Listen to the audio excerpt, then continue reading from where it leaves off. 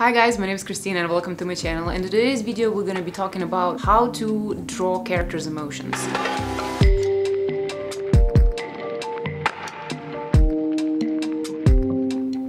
I'm not gonna be showing exactly drawing process in this particular video. This is more like a part one, more like introduction to my personal theory behind how to draw characters' emotions. We're gonna get to the drawing part. But at this particular stage, I wanted to talk overall how you should approach drawing your characters' emotions and kind of talk about this particular topic from the comic standpoint. Because comics are not discussed that much, as for example, writing a novel would be discussed and creating a movie would be discussed or acting would be discussed.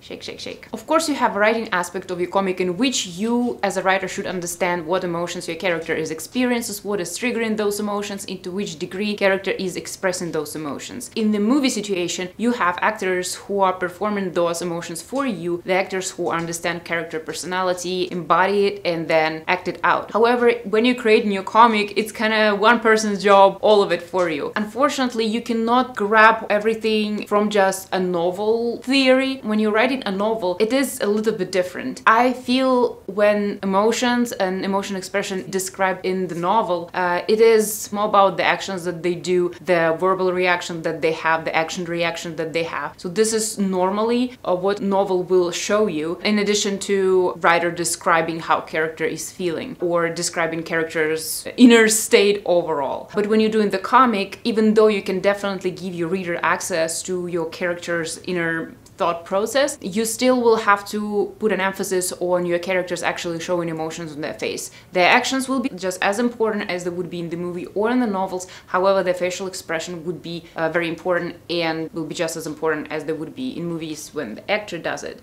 because this is how you will communicate to the reader what is going on. This is where it's very important to understand your characters very well. Your characters must express their emotions differently, and differently on all aspects. Your characters as real people should have overall... I'm confusing my dog. She thinks we're going for a walk because I'm dressed up.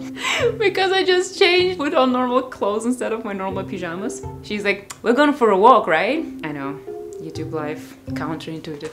Think about your characters as real people, and you can even think about them as actors when you think about them visually. Characters are different people and actors are different people. For example, if you tell to one actor to portray anger and then you ask the same thing from another actor, their approach probably will be different. And also the way they portray anger will also depend on what the director is going for and all of that. All of your characters must express their emotion differently. The same emotion will be expressed absolutely differently by different character. And also your different characters, they have different levels of expression their emotions. Some characters will be very expressive. They will be like showing their emotions right outward.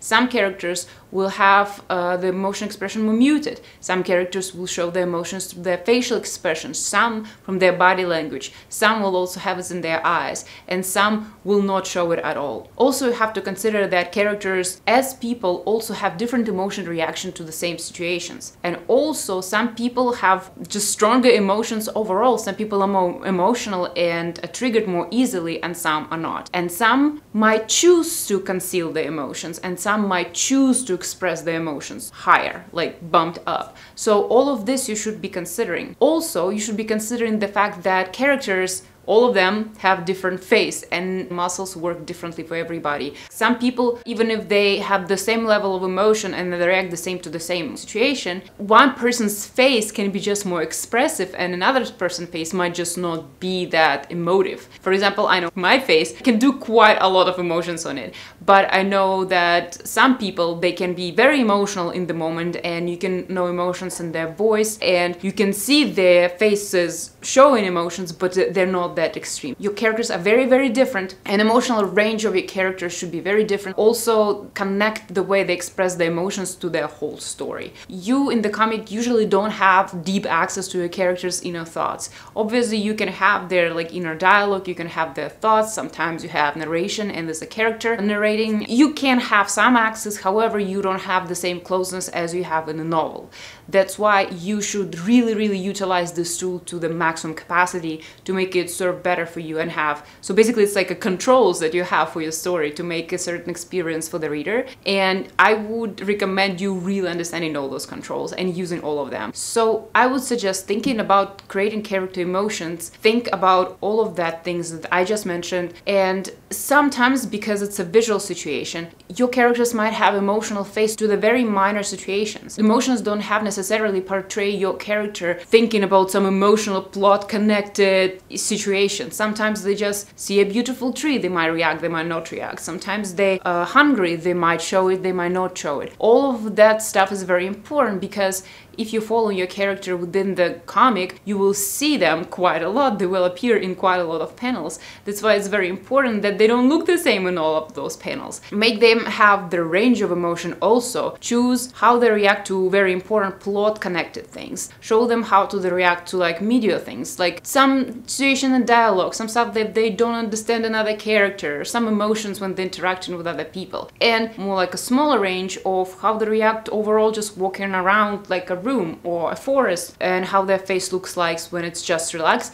and how their face looks like when they choose to conceal their emotions. It all should have all this variety that you should utilize, so that your character face always communicates something to the reader. It communicates how important what they're communicating is, and also that your character doesn't look the same on all the frames. Also, as I already kind of mentioned, it's also very important to link those emotions to character history, because again, you don't have this close access to a character in a world, but through emotions you do. Link all the emotional behaviors to what they've been through, where I currently at, what happened to when they expressed this particular emotion before. For example, your character is very, very scared, and before they already been in the situation where they were in a very dramatic situation when they were scared quite a lot. So that might affect how they show their fear now. They might show it to the extreme degree, or they might conceal it, or this emotion will just consume to the degree they will just faint. And it is also additional information to your reader to understand what is happening within your character, who is your character, what might be hiding in their past. As I also mentioned, your character might choose to conceal emotions, and concealing their emotion is also an emotion. When people are concealing their emotion, they're not just not emote, they emote, but you should be able to read it as they're hiding something. Their face or their like posture, everything showing that they're hiding something, that they're trying to suppress something, that they're trying to act too cool in the situation that is not too cool. Basically, all of these things should be considered before you open Photoshop and before you start drawing anything, to create your characters that feel more real and more relatable and also more understandable. Because emotions are very important. This is how we connect to the characters. This is how we connect to the story, through what emotions character shows. Another point that I wanted to talk about a little bit is know the right balance of showing emotions too. With showing emotions also, because they're so important, and because usually this is where we're showing the essence of our characters, we as writers, as creators, can get a little bit insecure with showing it, because we are connected to our characters, and when we're writing them, we empathize with them. Sometimes writers might hold back emotions that they want to show on their characters, or they might show a little bit too much to kind of invite the readers to really sympathize with their characters as well. And I think there must be a very healthy boundary. If you want the reader to really empathize with your character, you should do it via storytelling, not via them expressing emotions. The story of your character, what they do, how they react in action, or how they reacted before, this should evoke your reader to feel compassion for your character, not the way your character expresses emotions. Your character expressing emotions is just the tool on top of that. It will not work if the storytelling aspect is not built right. It will feel melodramatic, it would feel like you're trying too hard to convey something. And frankly,